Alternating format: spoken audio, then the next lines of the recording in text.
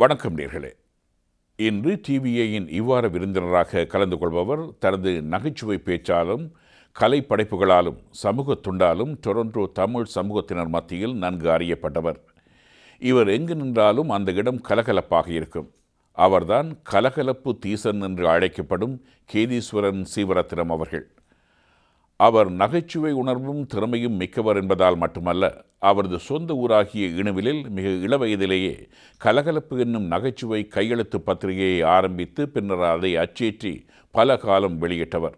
கனடாவில் குடியேறிய பின்னரும் கலகலப்பு பத்திரிகையை பல இதழ்கள் வெளியிட்டவர்.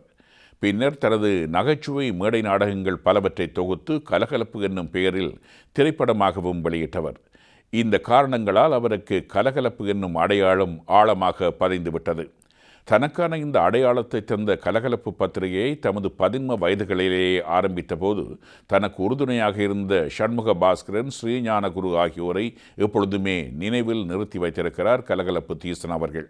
மிக இளவயதிலேயே இலங்கையில் அப்போது வெளிவந்து கொண்டிருந்த பல பத்திரிகைகளில் நகைச்சுவை கட்டுரைகள், துணுக்குகள் முதலியவற்றை இணுவையூர் தீசன் என்னும் பெயரில் எழுதத் தொடங்கிய இவர் இணுவில் அமெரிக்க மிஷன் பாடசாலையில் ஆரம்ப கல்வியையும் பின்னர் 5ஆம் வகுப்பு புலமை பரிசில் தேர்வில் சித்தியடைந்து யாழ்ப்பாணம் ஸ்டான்லி கல்லூரியில் உயர்கல்வியை முடித்து கொண்ட பின்னர் தனது தந்தையார் சீவரத்தினம் அவர்களிடம் ஒட்டுமாமரக்கன்று மற்றும் ஒட்டு பூமரங்களை உருவாக்கும் விவசாய கலையை கற்று அவரது ஒட்டுமாங்கன்று வர்த்தகத்தில் உதவி புரிந்தார்.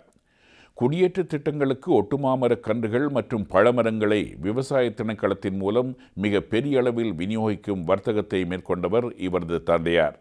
விவசாயத்தில் ஈடுபாடு காட்டிய தீசன் அவர்கள் விவசாய திணைக்களத்தினால் நாடு முழுவதிலும் ஏற்படுத்தப்பட்ட இளம் விவசாயிகள் சங்கத்தின் இணுவில் பகுதி உறுப்பினராக இணைந்து கொண்டு தீவிர செயற்பாட்டாளராக விளங்கிய காலத்தில் விவசாய மேம்பாட்டிற்கென சர்வதேச மட்டத்தில் இயங்கும் 4H கழகத்தினால் செயற்படுத்தப்படும் இளம் விவசாயிகள் பரிவர்த்தனை திட்டத்தில் தெரிவாகி அமெரிக்க ஒஹாயோ, அயோவா மாநிலங்களில் நவீன விவசாய முறைகளை பயின்று நாடு திரும்பினார்.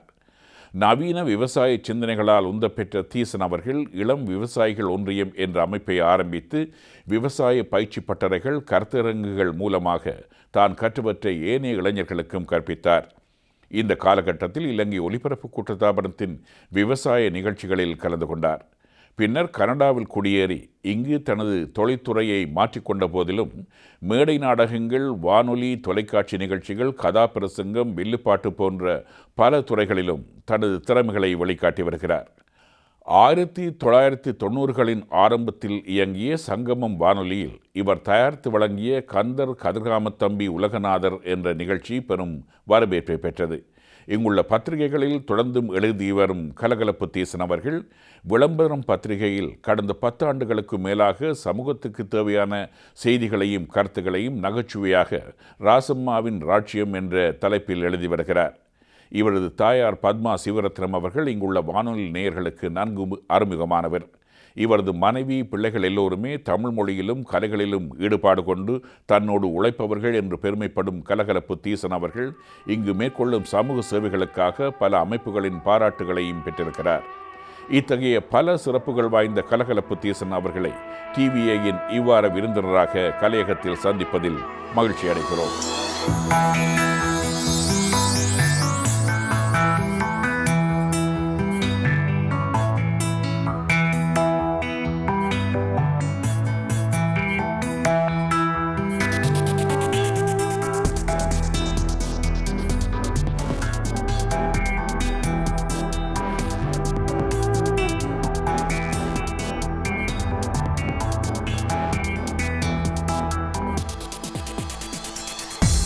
இவ்வார விருந்தினர் உரையாடுகின்றார் பி. விக்னேஸ்வரன்.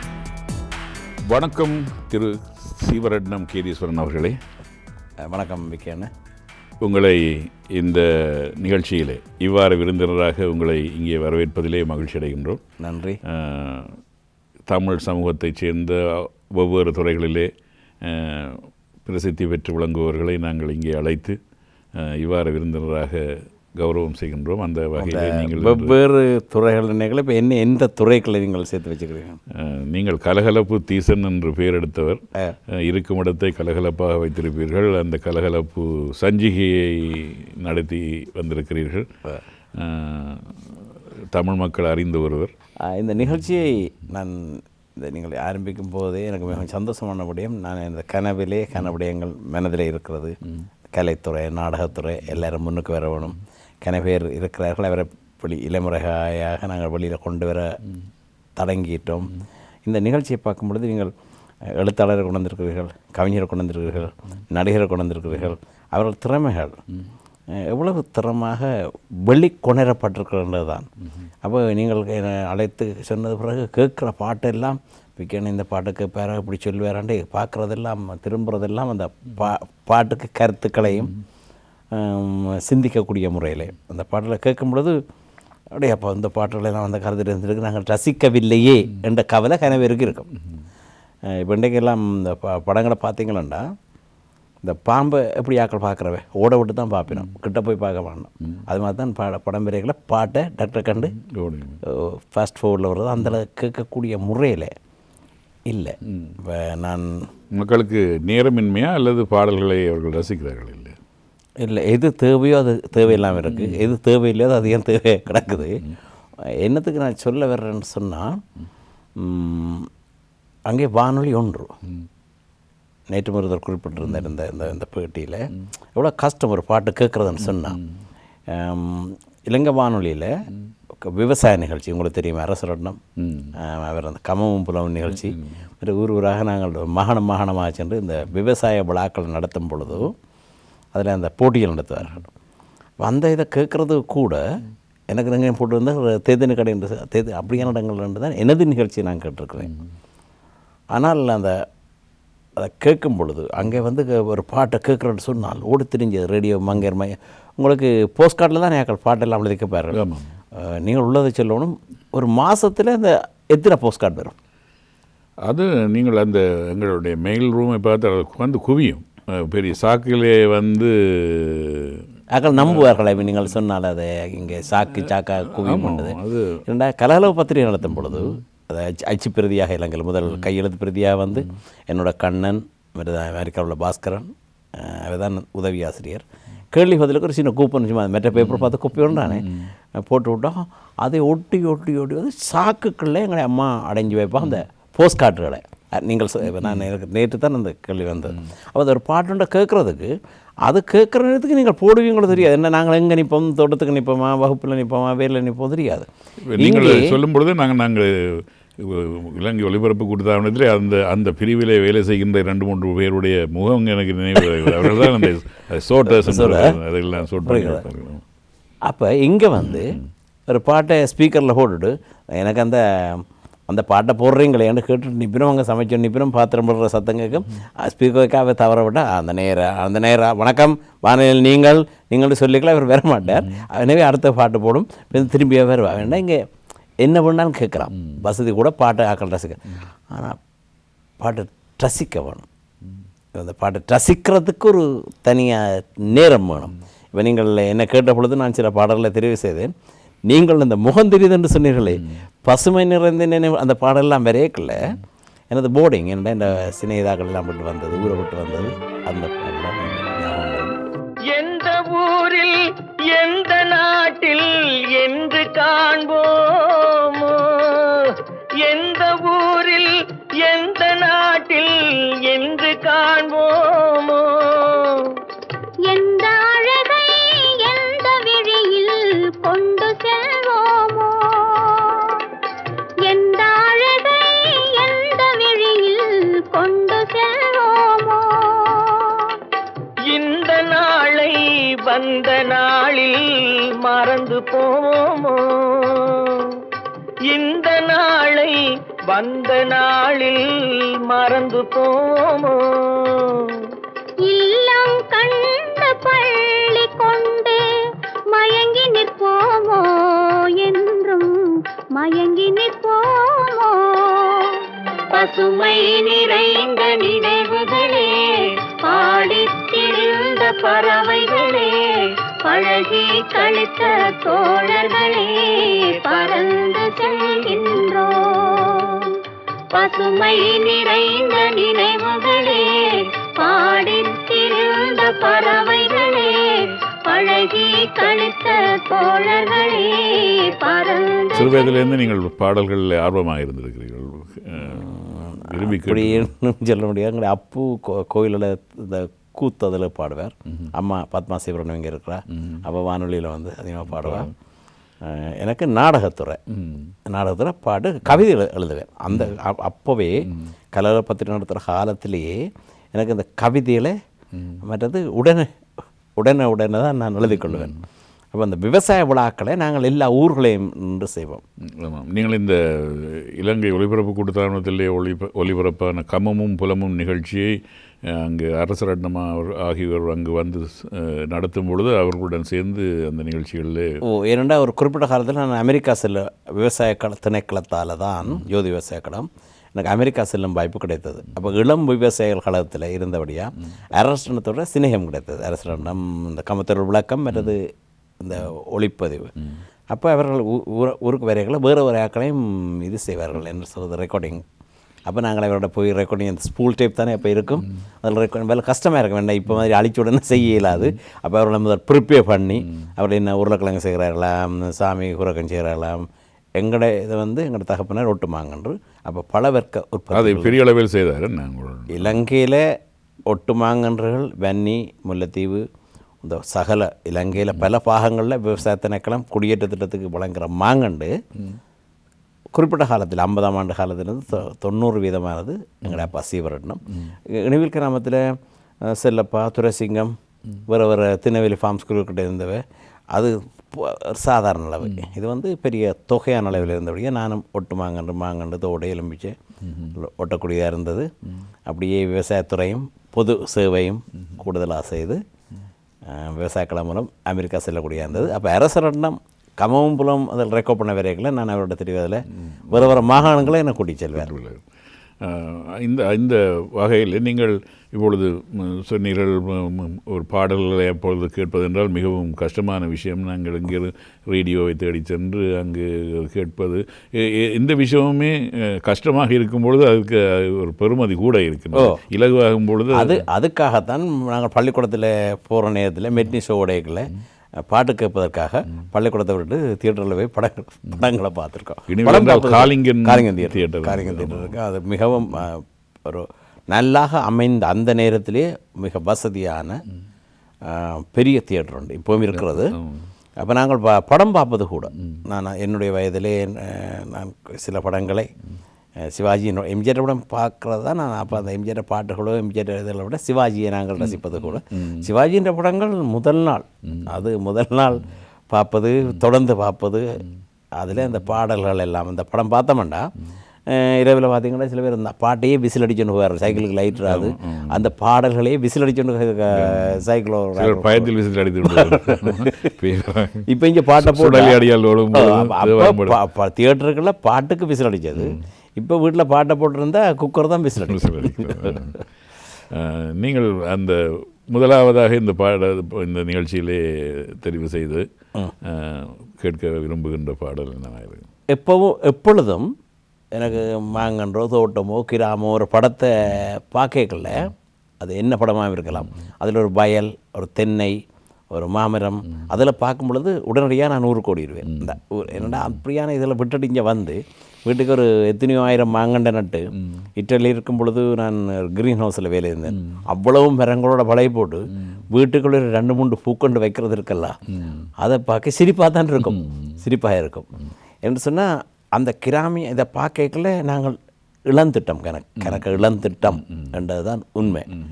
என்று சொன்னால் அந்த ஒன்று உறவுகள், கிராமிய வாழ்க்கை, அதில் நாங்கள் போகும்பொழுது ஒரு புளிய மரம், இந்த அங்கே விலாசங்களே அப்படித்தானே, ஆலமரத்தடி, புளிய மரத்தடி, மதவடி, ஒவ்வொரு இடங்களையும் நாங்கள் மதவடி என்ன பேர், இந்த நிகழ்ச்சி நடத்துகிற மதவடி தங்களை என்ன பேர், அப்படியான ஒரு அடையாளங்களை வைத்து தான் அந்த அந்த கிராமம் இருக்கும். தவால்பட்டியடி, கோயிலடி, அந்த கிராமங்களை நாங்கள் நினைக்கல. இப்போ நீங்கள் கொழும்பில் இருந்து நாங்கள் கனடா வரையும் பெற தேவையில்லை. கொழும்பில் இருக்கல நீங்கள் எத்தனை ஊரில் இருந்ததை இழந்திருப்பீங்க. அப்போ அந்த அதில் பார்க்கல இந்த பாட்டு இப்போ வந்து நீங்கள் கனவேருக்கு இந்த பாட்டு பிடிக்கும். இளையராஜா அவர்கள் என்ற சொர்க்கமே என்றாலும் நம்ம ஊரை போல வருமாண்டா வேறு அந்த ஊரில் டவுனில் இல்லாததையும் சிட்டியில் உள்ளதையும் அங்கே இவ்வளோ சந்தோஷமாக இருந்ததையும் இல்லாதையும் இதில் கதைக்கிறார். இதில் ஊரை விட்டு ஊரை விட்டு அந்த படத்தில் கங்கை அமரன் அவருடைய ஓ நல்ல பாட்டு. அந்த பாட்டு இங்கே வந்தால் கூட அந்த பாட்டு இந்த படிக்கைகளை இங்கே எங்கடையாக கைதட்டுறது காரணம் நம்மளோட ஊரை பற்றி அந்த பாட்டு வர்றதுன்ற மாதிரி ஒரு ஃபீலிங் ஒன்று இருக்கு. சொர்க்கமே என்றாலும் அது நம்மூரை போல வருமா, அட என் நாடு என்றாலும் அது நம் நாட்டு கீழாகுமா, பல தேசம் முழுதும் பேசும் மொழிகள் தமிழ் போல் இனித்திடுமா. இதே தான் அந்த நேரம் அனுபவி நாகேஷ் சட்டவேடம் ஒருத்தர் படித்தவர், ஒருத்தர் இனிமேல் கிராமியம்.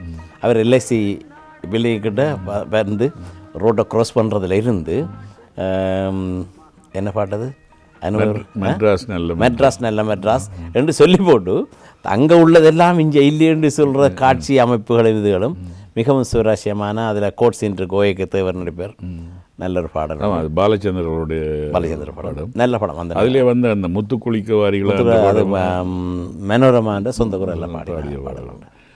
இப்பொழுது அந்த பாடலை நாங்களும் சேர்ந்து நாங்கள் ஒரு ஒப்புட்டு ஒரு பட்டணத்தையும் ஒரு கிராமமும் ஒப்ப இருக்கிறது என்ற அந்த ஒப்புமையை நோக்குகின்ற அந்த பாடலை கண்ணதாசன் அவர்கள் எழுதிய பாடல். அந்த பாடலை இப்பொழுது பார்க்கும்பொழுது உங்களுக்கு கிராம உங்களுக்கு ஊரின் நினைவு கட்டாயம் வருத்தான்.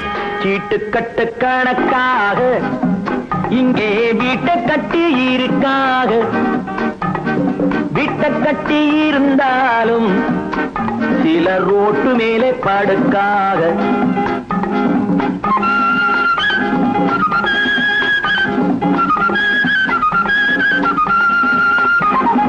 பட்டணத்து தெருக்களிலே ஆளு நிக்க ஒரு நிழல் இல்லையே, வெட்ட வெளி நிலம் இல்லையே, நெல்லு கொட்ட ஒரு இடம் இல்லையே, அடி சக்கே வைக்கலாலே கண்ணு குட்டி மாடு எப்ப போட்டுது, கக்கத்திலே தூக்கி வச்சா கத்தலையே என்னாரு, வைக்கலாலே கண்ணு குட்டி மாடு எப்ப போட்டுது, கக்கத்திலே தூக்கி வச்சா கத்தலையே என்னாரு, ரொக்கத்துக்கு மதிப்பில்லையே இங்கு வெக்கத்துக்கு விலை இல்லையே, மெட்ராஸ் நல்ல மெட்ராஸ், மெட்ராஸ் நல்ல மெட்ராஸ். அடுத்து நீங்கள் தெரிவு செய்திருக்கின்ற பாடல் சற்று முன்பு கூறினீர்கள் நீங்கள் சிவாஜி கணேசனின் ரசிகர் என்று. அந்த ஒரு குறிப்பிட்ட கால எல்லையில் எம்ஜிஆரை பிற்காலத்தில் அவர் அரசியல் வாழ்க்கை மக்களுக்கு செய்கிற முறையில் எங்களுக்கு விளங்க வேண்டிய அவசியம் அந்த நேரம் இருக்கல. அந்த நேரம் இந்தியாவில் யார் முதலமைச்சர்னு நமக்கு தெரியாது. எங்களுக்கு தேவை சிவாஜி எம்ஜி. அது பயங்கர கடும் போட்டியாக இருந்தது. சிவாஜின்ற படம் சொன்னால் அந்த முதல் நாள் போய் வசனம் கவனிக்கல. அது என்னடா சிவாஜி திரும்பினா கேஆர்வியாவை தொட்டா அங்கே பார்த்தா பாலையாவை பேசினா எதுக்கும் பிசிலடு தானே. அதில் குறிப்பாக சிவாஜியை நாங்கள் விரும்புகிற திருவிளையாடல் படத்தில் இருந்து எந்த படத்துலேயும் சிவாஜி எப்படி நடக்கிறார், அந்த நடக்கிறதுக்கு அந்த காட்டுற சீன் இருக்குது. முழுநூல நகைச்சுவை இதில் நாகேஷின் பாத்திரங்கள் மிகச்சிறந்த பாத்திரங்களாக அதில் இருக்குது. பாடல்கள் வந்து அதில் ஒவ்வொரு பாடலும் சிறந்தது. அதில் அந்த பூமாலையில் ஒரு மல்லிகைன்ற பாடல் இருக்குது. எதை ரசிப்பதுன்னு சொல்ல தெரியாது. என்ன சிவாஜி கணேசன் ஒரு மலையாளி அப்படியே இல்லாமல் ஏறி வரைக்கும் ஒரு வித்தியாசமான மியூசிக். அந்த மியூசிக் அந்த ஏற்றி இறக்குற மியூசிக் கொண்டு வரும் அதில் வந்து திருப்பி அந்த மியூசிக் எது அது ஒரு வித்தியாசமான ஒரு பாடல். நீங்கள் சிவாஜியின் கண்ணை பார்க்க ஒவ்வொரு அங்கமும் ரசிக்கக்கூடியது, பாட்டு ரசிக்கக்கூடியது.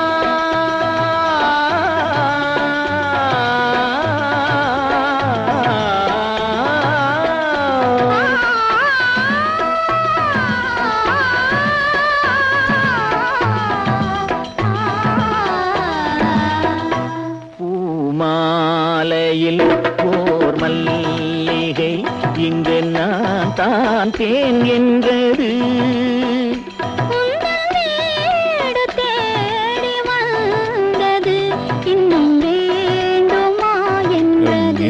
அருமையான பாடல். அதிலே நீங்கள் சொன்ன மாதிரி அதனுடைய வாத்திய அமைப்பு என்றாலும் சரி, அதன் தாளக்கட்டு என்றாலும் சரி, அதில் இதை எந்த பக்கத்தால் சொல்கிறேன்னு தெரியாத முறை அந்த பாட்டு சில காரக்கங்களை ரிப்பீட்டில் விட்டு தாங்க இப்போ அந்த பாடம் எல்லாருக்கும் பிடிக்கும். சிவாஜி அது 100 நாட்கள் ஓடின, 100 நாளுக்கு மேலே ஓடின படம். நீங்கள் அதிகமாக சிலர் பிடிக்கும் போது நான் சொல்லுவது, சிவாஜி எம்ஜி வேறு 2 பேர் படத்துலேயும் குறிப்பிட்ட காலப்பகுதியில் இந்த படம் துவங்கி ஒரு 10வது நிமிஷம் நாங்கள் தேர்ற ஒரு ஆள் யாராக இருக்கும்? கொமெடியன் நாகேஷ் வந்தால் தான் அந்த படம் எழுத்தோடி தொடங்கின மாதிரி இருக்குவாங்களே. கதாநாயகன் அப்போ முக்கியம் இல்லை. நாகேஷ் வந்து உங்களுக்கு ஜெர் லூயிஸை தெரியுமா? அமெரிக்காவில் ஜெர் லூயிஸ் அவரே ஒரு முறை சொல்லியிருக்கார். இந்த ஜெர் லூயிஸ் இந்த நாகேஷின் நடிப்பு மட்டுமில்லை, உடம்பின் அந்த ஆள் மெல்லிசு, உடம்பின் ஒவ்வொரு அங்கே அசைவு நெளிஞ்சு விழுந்து இதுன்ற சீன்லாம் இருக்கல நாகேஷின், அதை சொல்ல முடியாது. இந்த பட்டணத்தில் பூதம் படத்தில் சிகரெட்டை பூதத்தை கட்டணே சிகரெட்டை விழுங்க போகணும். நாகேஷ் சிகரெட்டை உண்மையாக விழுங்கிட்டார் அந்த படத்தில். அந்த காலத்து நடிகர்கள் இப்போ உள்ள சவுண்ட் எஃபெக்ட்ஸ் எல்லாம் இல்லாத காலம், தொழில்நுட்பத்துறை மங்கிய காலத்தில் முன்னுக்கு வாரன்னு சொன்னால் இப்போ எத்தனையோ வாய்ஸை கொடுக்கலாம், எத்தனை மிமிக்ரி செய்யலாம். நாகேஷின் இது அது ஒரு தனி வட்டம். மற்றது நாகேஷ் எம்ஜிஆர், நாகேஷ் சிவாஜி அவர்கள் சேர்ந்து நடிக்கிற கொமெடியன் படத்தின் இறுதி வரையும் ஒரு சேர்ந்து தான் நடிப்பார். இப்போ சில படங்களை பார்த்திங்கன்னா கொமெடி எங்கேயும் இருக்கும், இது எங்கேயும் இருக்கும். இப்போ உள்ள அந்த ஊரில் ஒவ்வொரு தெளிதலாக இருந்த மாதிரி. எனவே அந்த ஊட்டி உறவில் பூமாலையில் வந்தார்.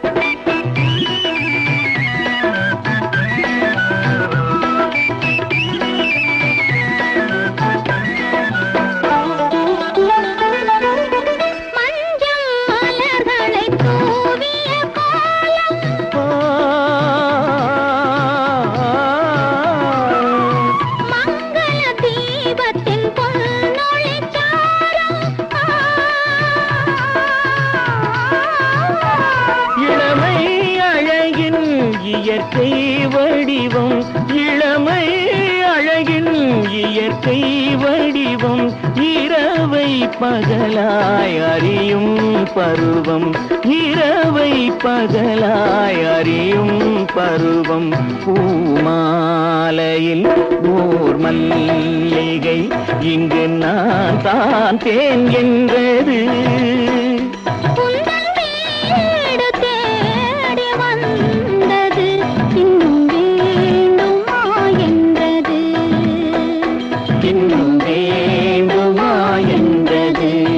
அடுத்து நீங்கள் ஒரு தத்துவமான மனநிலைக்கு சென்று விட்டீர்கள். நீங்கள் அந்த கதைக்கு துவங்கி ஒரு இடைவெளி விட்டு நீங்கள் ஒரு தத்துவமான 2 படங்கள் எடுக்க நான் பயந்துட்டேன். தத்துவமான பாடலில் தெரிவி செய்யணும்னு சொல்கிறதுக்கு நீங்கள் ஒரு தத்துவமான 2 கிலோ டக்குனு ஒரு ஸ்பேஸ் வந்துட்டு. ஏன்னு சொன்னால் ஒவ்வொருத்தட்ட வாழ்க்கையிலையும் ஒரு ஒரு வாழ்க்கை முறை இருக்கும். இப்போ ஒவ்வொருத்தரையும் பார்த்துட்டுருக்காங்க, ஒவ்வொருத்தருக்கும் தெரியும். விமானத்தில் வந்து இறங்குறோம், இல்லை நாட்டோடு வழி கிடைக்க நாங்கள் போய் முதல்ல இந்த வாங்கின கடனை கொடுக்கணும், அனுப்பின மாமாண்ட காசு கொடுக்கணும், குஞ்சம்மன்ற காசு கொடுக்கணும், இறங்கினவரை அம்மா பார்க்கணும், தம்பியை பார்க்கணும்னு சொல்லி வந்து ஏர்போர்ட்டில் வந்து இறங்கின உடனே வந்தால் சில பேருக்கு அடுத்தடுத்த நாள் வேலை அடைக்கும் யாரோட தங்கியிருக்கிறாரோ, சிலருக்கு அடுத்தடுத்த நாள் உடனே ஆங்கில வகுப்போ தமிழ் வகுப்போ எங்கேயோ ஒரு வகுப்பில் போய் படிக்கக்கூடியதாக இருக்கும். இப்படி போய்கொண்டிருக்கல அவரை திட்டம் உண்டாயிருக்கும், நான் நல்லா வர வேணும், எல்லோரையும் பார்க்கணும் உண்டு. இந்த நாளடைவில் BMW கார் என்ன, ஐபோட் என்ன, ஈபோட் என்ன, செல்ஃபோன் என்ன என்று அவரும் இங்கே உள்ள வாழ்க்கைக்குள்ள அந்த நினைச்ச 100ல் 20 விட்டு 30 விட்டு 40 ஸோ வாட்டுன்ற அளவுக்கு வந்துடும்.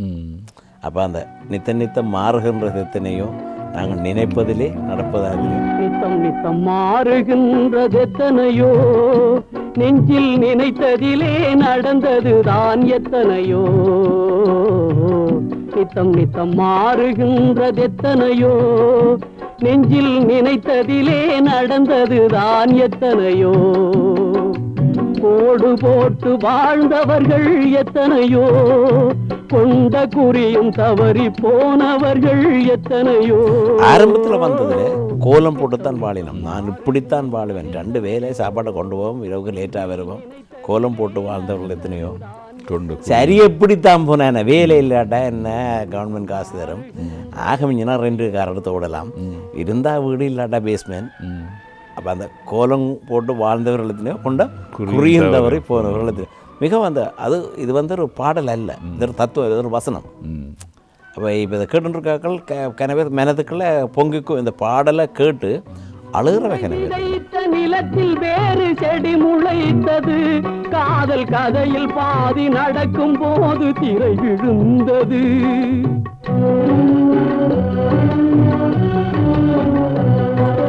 துறை விதைத்த நிலத்தில் வேறு செடி முளைத்தது, காதல் கதையில் பாதி நடக்கும் போது திரை விழுந்தது. தங்கை உயிர் தான் இருந்த இடத்தில் நின்றது, கண்டு அங்கும் இங்கும் இன்றி ஒன்று மயங்குகின்றது, கண்டு அங்கும் இங்கும் இன்றி ஒன்று மயங்குகின்றது. நித்தம் நித்தம் மாறுகின்றது எத்தனையோ, நெஞ்சில் நினைத்ததிலே நடந்ததுதான். ஊரில் நாங்கள் படம் பார்க்கல 2-3 விஷயத்தை கவனிக்கணும். ஒன்று, தியேட்டரில் இருட்டு.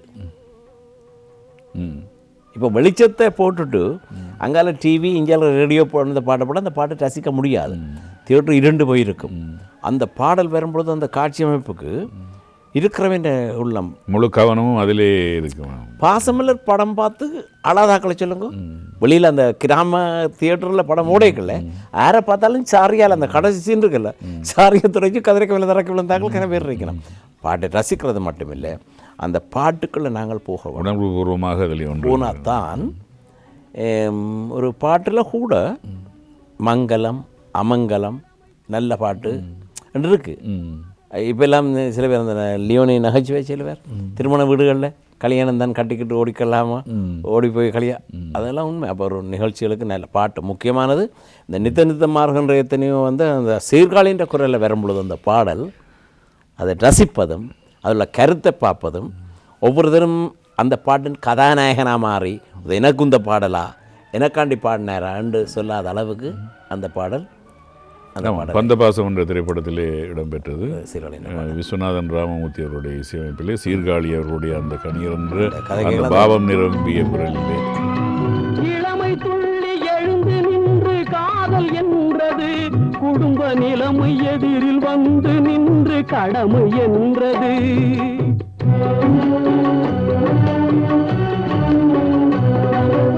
இளமை துள்ளி எழுந்து நின்று காதல் என்றது, குடும்ப நிலைமை எதிரில் வந்து நின்று கடமை என்றது.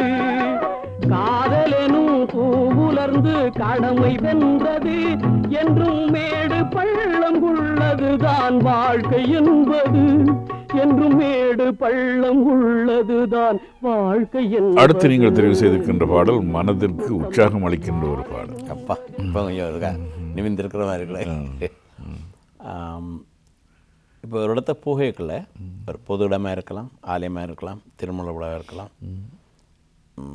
சிலர் யாராவது அந்த காரில் ஒரு முதியவர் வந்தால் கதவை திறந்து அவரை உதவி செய்து கூட்டிகிட்டு போவார். சிலர் நீ அவையை கூட்டிகிட்டு போனால் நாங்கள் அங்கே சீர் கிடையாது எங்களுக்கு கண்டு விழுந்தரிச்சென்று போகிறவே இருக்கணும். இந்த ஆலயமாக இருக்கலாம், பொது இடமாக இருக்கலாம். இன்னொரு ஆளுக்கு உதவ வேண்டும் என்ற மனப்பான்மை எத்தனை பேருக்கு இருக்கோ தெரியாது. இப்போ நாங்கள் வந்த காலத்தில் என்ன வேலை கிடைச்சதோ அந்த வேலை செய்தோம். உங்களோட வந்தால் நீங்கள் செய்கிற வேலை செய்வோம். இப்போ நீங்கள் தானும் இப்போ கிட்ட விவாதத்தில் கூட சொன்னார், தீசன் என்ன படிச்சோன்னு அக்ரிகல்ச்சர், இங்கே அக்ரிகல்ச்சர் சரி வராது, டக்குன்னு அந்த போல்ட்ரி ஃபார்ம் உள்ள வேலையை கொண்டு நீங்களை என்ன கைட் பண்ணுறது நல்லது. இப்போ போல்ட்ரி ஃபார்மில் விட்டால் அவர் கொஞ்சம் முந்திக்கு வந்து பேருந்து பேர் கோழி பண்ணை வச்சுட்டாண்டா பேருந்து நான் பேருந்து பேருண்ட முட்டை வாங்க கொண்டு பேருண்டு தப்பாக நீங்கள் நினச்சிங்கன்னா என்ன கோழி பண்ணைக்கு அனுப்ப மாட்டீங்க. இங்கே வந்தவர்கள் 30-40 வயதை எடுப்போம். எத்தனை பேர் அந்தந்த வேலையிலேயே தொடர்ந்து போகக்கூடிய ஆக்களோ வந்தோடனே பணப்பிரச்சனை வந்தோடனே எந்த வேலை கிடைச்சாலும். ஆனால் சிலர் மட்டும் நீ இந்த வேலை செய்யாத இப்படி செய், அந்த வேலை செய், இந்த வேலை செய்யன்னு சொல்லி அவர்களை உதவுறது கூட. நான் வந்து அக்ரிகல்ச்சர் ஃபீல்டு இட்டலியில் வந்து ஈரானில் மினிஸ்ட்ரி ஆஃப் அக்ரிகல்ச்சர் ப்ராஜெக்ட் ஒன்றில் வேலை செய்தேன். நான் போனோடனே நானே தேடி அந்த வேலையை எடுத்தேன். லாங்குவேஜ் படிக்க வேண்டியிருந்தது. அடுத்தது இட்டலிக்கு போனேன். அமெரிக்காவில் இருந்த ஒரு சர்டிஃபிகேட் அந்த லிங்கை வச்சு அங்கே ஒரு ஃப்ளோரிகல்ச்சர் அதில் வேலை செய்தேன். அதுக்கப்புறம் ஜெர்மனி போனேன். ஜெர்மனியில் போய் கிளாஸ் ஹவுஸ்ன்றா பூக்கண்டல் வளர்க்குறது இருந்தால் க்ரீன் ஹவுஸ் கிளாஸ் ஹவுஸ்ன்னு சொல்கிறேன். அப்போ நான் ஜெர்மனியில் போய் கிளாஸ் ஹவுஸ்ன்னு கூட்டுன்ற பேப்பர் எழுதி தந்தார். போனால் சலார் ஃப்ளார்னு சத்தம் கேட்குது. அது கிளாஸ் ஃபேக்ட்ரி. 2 வருஷம் கிளாஸ் ஃபேக்ட்ரியில் வேலை தானே. எனக்கு தான் வேலை தானே. இப்போ முன்ன குறிப்பிட்டது வரும். திரும்ப இட்டலிக்கு வந்திருந்தேன். அப்போ இட்டலிக்கு வரையில் நான் கூட படிக்கிறதுக்கும் அந்த பூக்கன்று உற்பத்தி நாங்கள் ஊரில் சேர்த்தது பலவர்க்க உற்பத்தி, ஹார்டிகல்ச்சர், அக்ரிகல்ச்சர், ஹார்டிகல்ச்சர், இது ஃப்ளோரிகல்ச்சர். யூரோப்பில் ஒரு வீட்டை ஒரு ஆள் பூவுக்குள்ள பூவை கொண்டு ஒரு பூ தான் ப்ரெசென்ட்டாக கொண்டு போவார்கள். இங்கே கூட பூ ப்ரெசென்ட்டாக கொண்டு போகிறது. இப்போ ஹாஸ்பிட்டலில் பிறந்திருந்தால் இந்த ஃபியூனரல் அந்த நவம்பர் மாதம் 1ஆம் தேதி ஃபியூனரல் ஹோமில் உண்டு, இந்த செமிட்ரியில் கொண்டே வைப்பார்கள் பூ. அந்த பூவை சில பேர் இங்கே சாடியோட வாங்கி யாரும் குழந்தை பிறந்தா கொண்டு போகிறாங்க. இட்டலிக்காரன்டா கேட்பாங்க, என்ன குழந்தை பிறந்து நல்லா தானே இருக்குது, என்னத்துக்கு இந்த பூவை கொண்டு போகிறான்னு. நாங்கள் ஒருவருக்கு அன்பளிப்பு கொடுக்கல. நாடு விட்டு நாடு வந்து தெரியாத முறை ஒன்றை நாங்கள் செய்வோம். பீணத்து வாங்கினால் அது கூடாது. இந்த இங்கே வந்த பிறகு நான் ஒரு ஃபீல்டு ஒரு நண்பர் என்னை ஒரு லோயர்கிட்ட அனுப்பினார், இன்டர்பிரிட்டேஷன். அது தொடர்ந்து அவர்கிட்ட வேலை செய்தேன், லீகல் அசிஸ்டண்டாக வேலை செய்தேன். அந்த ஃபீல்டில் எனக்கு உதவியவர்கள் ஒரு தொகை. இப்பொழுது லைசன்ஸ் உள்ள பராளிகள். அதுக்கு 4 பேர் உதவி எனக்கு தேவை. சேர்ந்த நண்பர்களும் எனக்கு உதவி செய்தார்கள். இன்றைக்கு அப்போ அந்த எனக்கு ஒரு சக்தியை தந்தபடியாக நான் அதில் இருந்து கொண்டு தொழிலோடு தொழிலாக இருக்க வேணும். நம்மவர்களுக்கு அந்த துறையில் என்ன செய்ய முடியுமோ முடிந்த அளவு. இப்போ பணம் இல்லாமல் இங்கே எதுவும் செய்ய முடியாது. ஆனால் கூடிய அளவு சில பேருக்கு சில இதற்கு ஆலோசனை சொல்லக்கூடிய முறையில் எனக்கு ஒரு தத்துவ இதை கடவுள் தந்திருக்கிறார். அந்த சக்தியை உங்களுக்கு நண்பர்கள் உங்களை வழிகாட்டியவர்கள் உங்களுக்கு தந்திருக்கிறார். அதை பாபா திரைப்படத்தில் இடம்பெற்ற பாபா பாடல். தாயும் நீயே தந்தையும் நீயே உயிரும் நீயே உண்மையும் நீயே. தாயும் நீயே தந்தையும் நீயே உயிரும் நீயே உண்மையும் நீயே.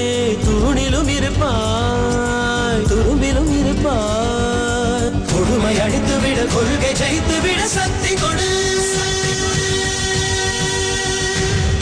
நம் நடை கண்டு அகங்காரம் தூளாக வேண்டும். நம் படை கண்டு திசையெல்லாம் பயந்தோட வேண்டும். சக்தி கொடு. இந்த பாட்டோக்கு முந்தின பாடல்கள் இருத்த மாட்டால் தனித்து யாரை நம்பி நான் பிறந்தேன் போங்கடா போங்க. நான் எந்த பாடலில் என்ன செய்வேன் நீ என்ன செய்கிறன்ற மாதிரி. மற்றது போனால் போகட்டும் போடாது சலிச்சவரை சொல்கிறது. அதுக்கு மேலால் இந்த சக்தியோட பாட்டு அது ஒரு சந்தோஷமானது. நீங்கள் இப்போ ஒரு நாளைக்கு ஒரு ஆளுக்கு உதவி செய்யுங்க, 2 பேருக்கு செய்யுங்க, ஒரு சமூகத்துக்கு செய்யுங்க, பரவலாக செய்யுங்க, கோவிலோ குளமோ சர்ச்சோ திருமணமோ இங்கே செய்து போய்க்கல நீங்கள் அடையாளப்படுத்தப்படுவீர்கள். சில பேர் சொல்லுவினம் உங்களை மாதிரி ஃபேமஸாக வேறு வேணும்னு சொல்லுவினம். நான் அப்படி என்று இல்லை, நான் செய்கிறேன் நாக்கள் அப்படி நினைக்கணும். நானும் உங்களை மாதிரி சில பேர் சொல்லுவினம் எனக்கு நல்லா எல்லா வேலையெல்லாம் முடிஞ்சு பேங்கில் கொஞ்சம் காசை போட்டுட்டு இந்த கோவில் குளம் கொண்டு போய் தொண்டுகள் செய்ய வேண்டிய ஒரு ஆசை என்றால் இந்த கடல் வத்தி கருவாடு தின்ன இருந்த கொக்கு குடல் வத்திச்சு இறந்துன்னு சொல்லுவார்கள். அப்படி இல்லை, எப்பப்போ எங்களுக்கு நேரம் கிடைக்கிறதோ எப்பப்போ அந்த எண்ணம் வருகிறதோ அதை செய்யணும். இந்த பாடல்லையும் நல்லா அந்த கஷ்டத்தின் விளிம்பில் ரஜினி போய் அந்த இடத்துல கூட கடவுள்கிட்ட அவர் கேட்குறது சக்தி கொடு தனக்காண்டி கேட்கவும் இல்லை. அந்த என்னது கேட்குறார், விழுந்தவரை தூக்க பள்ளத்தில் விழுந்தவரை கரையேற இன்னொருவருக்கு உதவுவதற்கு எனக்கு சக்தி கொண்டு கேட்குறது. அந்த மிகவும் ஒரு வித்தியாசமான மியூசிக். அந்த கார்த்திக் அந்த பாடலை பாடும் பொழுது அவருக்கு அது முதலாவதாக கிடைத்த பாடல். அவர் அதில் கூட ரஜினி பிரபலமானவர் தான் பாட வேணும், அப்படி பாடினா தான் பெற வேணும்னு இல்லாமல் கார்த்திக் கொடுத்தார். கார்த்திக்கும் அந்த வெள்ளத்தில் வீழ்ந்தவரை கரையேற்ற சக்தி கொடு. பள்ளத்தில் கிடப்பவரை மேடேற்ற சக்தி கொடு. தீமைக்கும் கொடுமைக்கும் தீமைக்க சக்தி கொடு. வறுமைக்கு பிறந்தவரை வாழ்விக்க சக்தி கொடு. எரிமலைகள் என் காலில் தூளாக சக்தி கொடு. ஒரு வார்த்தை சொன்னாலே ஊர் மாற சக்தி கொடு.